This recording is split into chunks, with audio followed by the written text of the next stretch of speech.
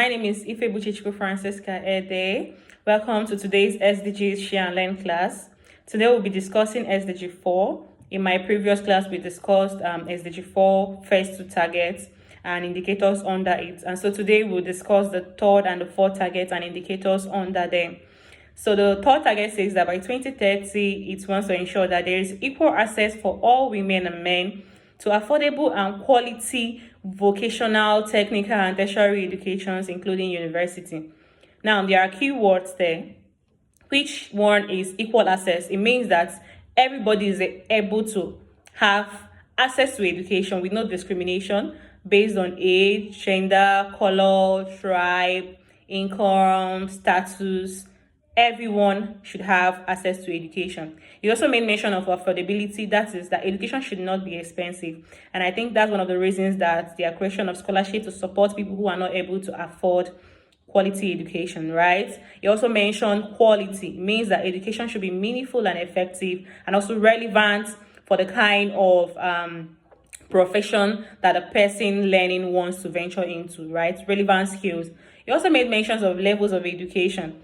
I know we are in an era where if you're not able to go to university, you are being described by some people as someone who is not educated. We are in an era where educated person simply means somebody who is able to attend university, but that's not true. There are levels of educations. There are people who would go to technical colleges where they have practical job-oriented trainings, maybe in things like mechanics and all that. There are people who will go to vocational institutes where they can, learn skills for specific kind of professions.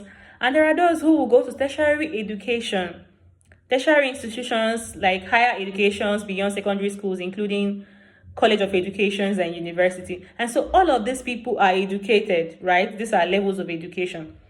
Now, the indicators to help us know that we have achieved this is by the participation rate of youth and adults in formal and informal trainings or education in the previous 12 months by sex.